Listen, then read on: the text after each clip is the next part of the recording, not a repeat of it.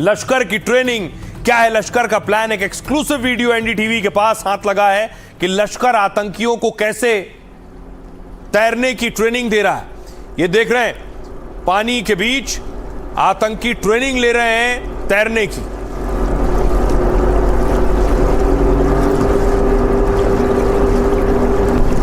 ये लश्कर के आतंकी हैं। और क्या सवाल इस तस्वीर के बाद यह कि लश्कर किसी बड़ी प्लानिंग में लगा है, किसी बड़ी साजिश में की तैयारी में है।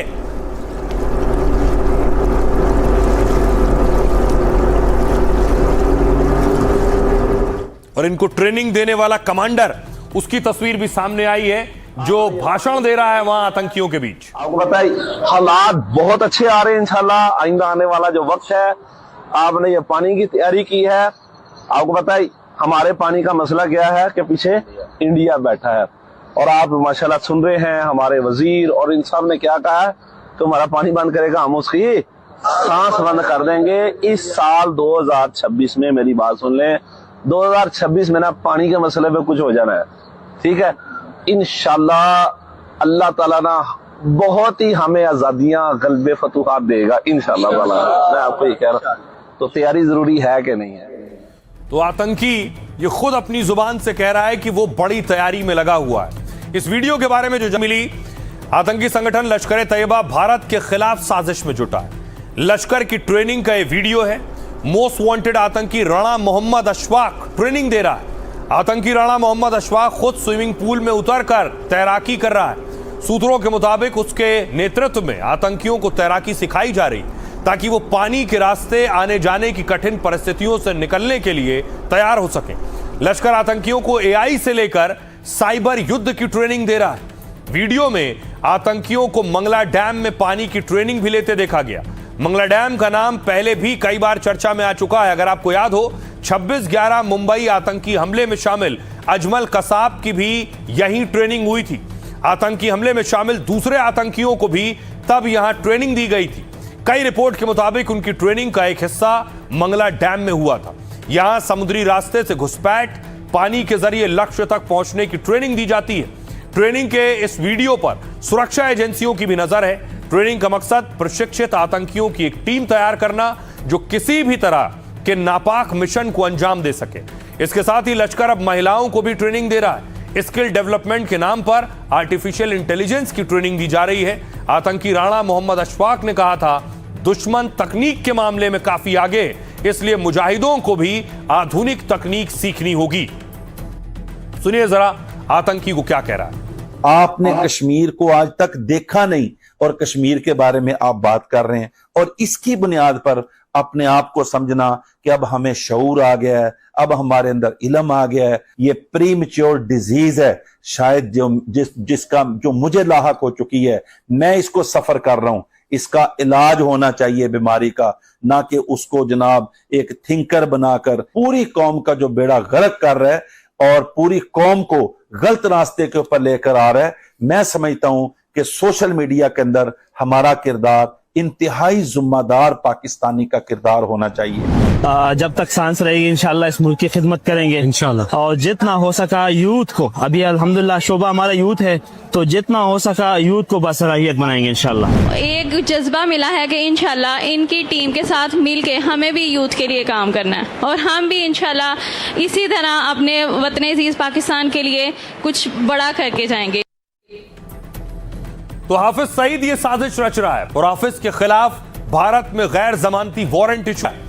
पहलगाम हमले के मास्टरमाइंड हाफिज सईद के खिलाफ वारंट। एनआईए की चार्जशीट में हाफिज पर पहलगाम की साजिश का आरोप लगा। इसके बाद जम्मू की स्पेशल कोर्ट ने गैर जमानती वारंट जारी किया है। कोर्ट ने कहा, निष्पक्ष जांच के लिए हाफिज को हिरासत में लेकर पूछताछ जरूरी है।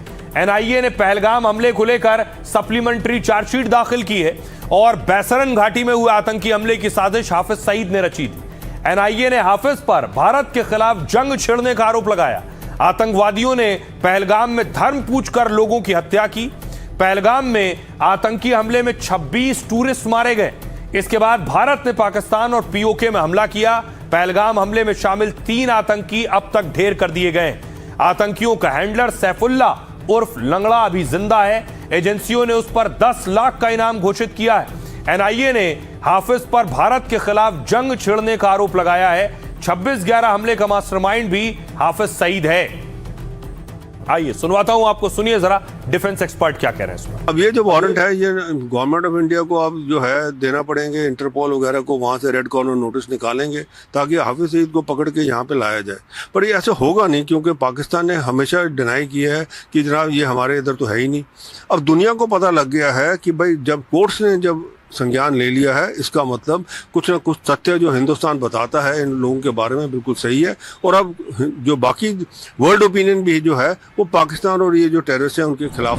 लश्कर का जहां भी फुटप्रिंट मिलता है बड़े बड़े हमलों का, उसमें डेफिनेटली इसकी क्लियरेंस के बगैर नहीं होता है, इसकी ही कॉन्स्पिरेसी होती है। पहलगाम का हमला हुआ, मुझे खुशी है कि इन्वेस्टिगेटर्स ने, NIA ने इसको लाया उसमें और इसके खिलाफ सबूत के साथ कोर्ट को कन्विंस किया ताकि वो नॉन बेलेबल वारंट इशू करे, ताकि हम इसको बाद में एग्जीक्यूट करने के लिए पाकिस्तान को भेजें, CBI, इंटरपोल की मदद लें। ये सारा प्रोसेस किया जा सकता है। तो हाफिज सईद के खिलाफ वारंट जारी हुआ है। हाफिज सईद भारत के खिलाफ साजिश रच रहा है और भारत अपनी तैयारी को बढ़ा रहा है। भारत को पता है कि ऑपरेशन सिंदूर के वक्त जो हमने जवाब दिया था, अगली बार उससे बड़ा जवाब देना है। ऑपरेशन सिंदूर की यादें अभी भी पाकिस्तान में ताजा हैं। आतंकियों को अभी भी डरावने सपने आते हैं, इसलिए भारत अब बड़ी तैयारी कर रहा है।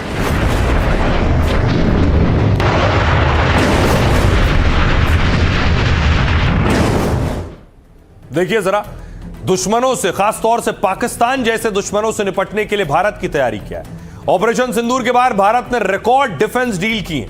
14 महीनों में करीब 10 लाख करोड़ के रक्षा समझौते किए।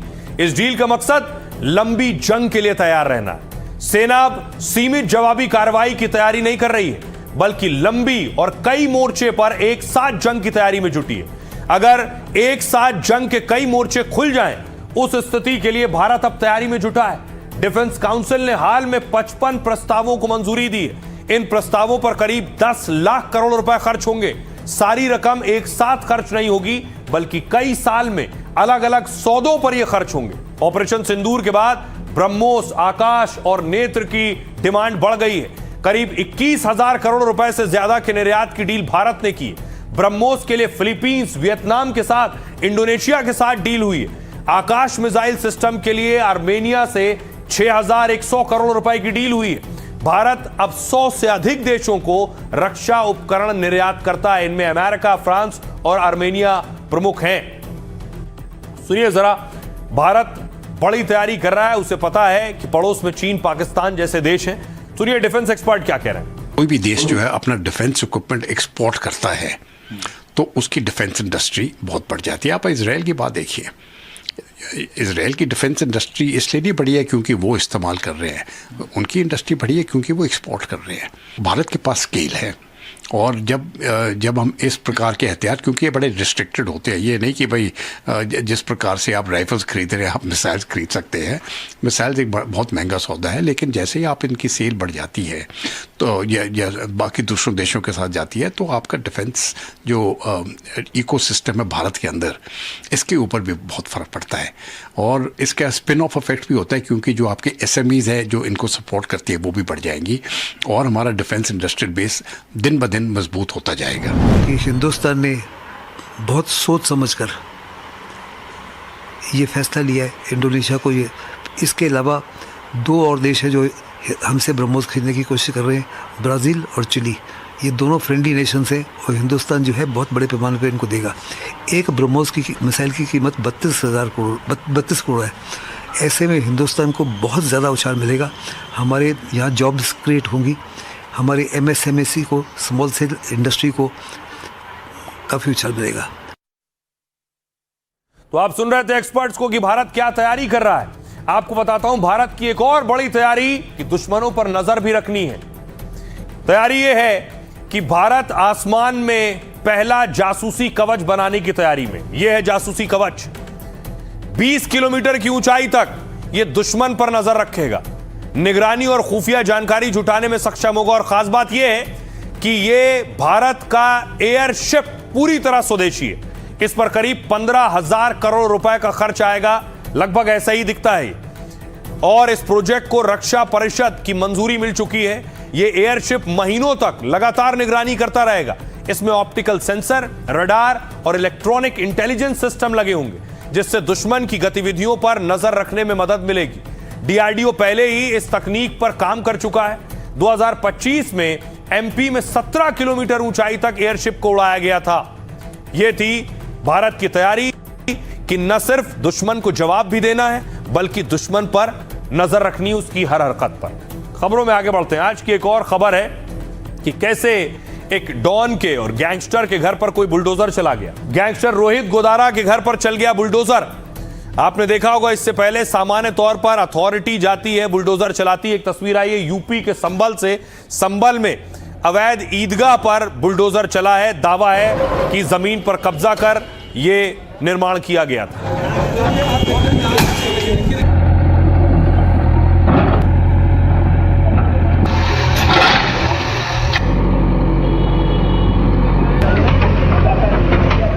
बुलडोजर एक्शन की तस्वीर उत्तर प्रदेश के मऊ से आई है।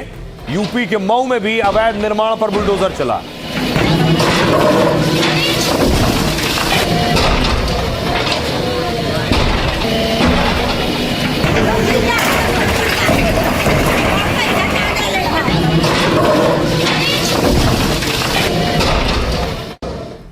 अगली तस्वीर देखिए, दिल्ली में भी बुलडोजर एक्शन हो रहा है। ये देश की राजधानी दिल्ली में बुलडोजर चला है। बीच सड़क पर दावा है अवैध मजार बनी हुई थी, जिसे पोकलेन मशीन से हटाया गया।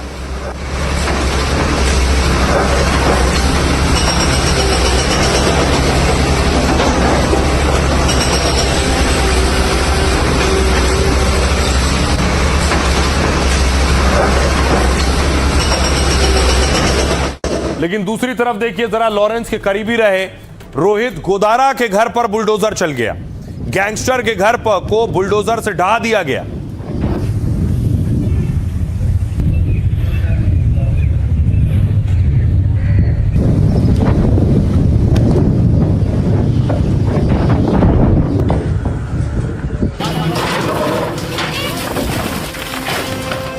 बुलडोजर का एक्शन तो बहुत देखा होगा। यूपी में, बंगाल में, असम में, गुजरात में अवैध निर्माण से अपराध तक सरकारी बुलडोजर जबरदस्त हिसाब कर रहा है। लेकिन राजस्थान में ऐसा मामला सामने आया जिसने सबको चौंका दिया। या इंटरनेशनल गैंगस्टर रोहित गोदारा के घर को कोई बुलडोजर से गिराकर फरार हो गया। रात के अंधेरे में आलीशान मकान का बड़ा हिस्सा जमींदोज कर दिया गया। अब राजस्थान की पुलिस गैंगस्टर का घर गिराने वाले की जांच पड़ताल में जुट गई है। अब देखिए हुआ क्या खेल। लॉरेंस का करीबी रोहित गोदारा, भारत से अमेरिका तक वांटेड गैंगस्टर के घर को जेसीबी से गिरा दिया गया। बीकानेर में हुई इस कार्रवाई से पूरे इलाके में हड़कंप है। प्रशासन की तरफ से कहा गया कि इसमें उनकी कोई भूमिका नहीं है, यानी न पुलिस ने गिराया न प्राधिकरण ने गिराया।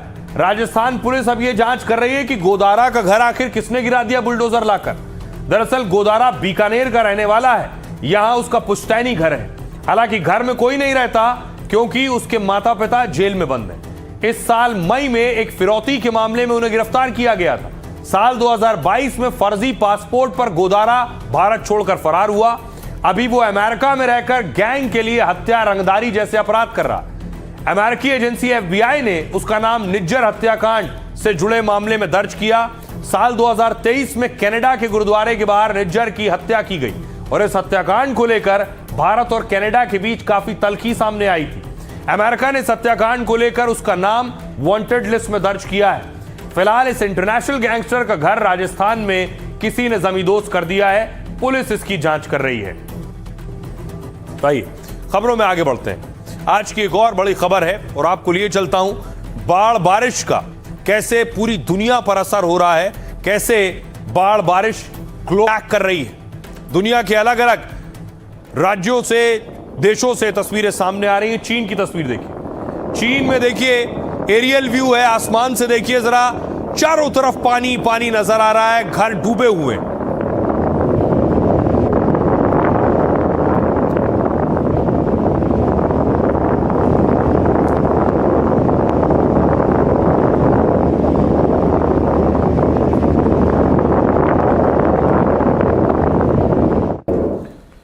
अगली तस्वीर देखिए जरा, चीन की तस्वीर है। जो लोग फंसे हुए हैं उन्हें रेस्क्यू किया जा रहा है। प्रशासन की टीम वहां पहुंची है, लोगों को निकाल रही है।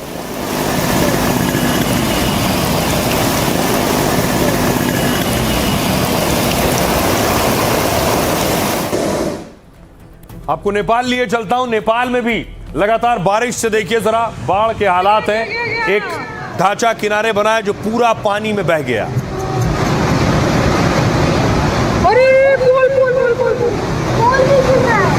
Habis kita oh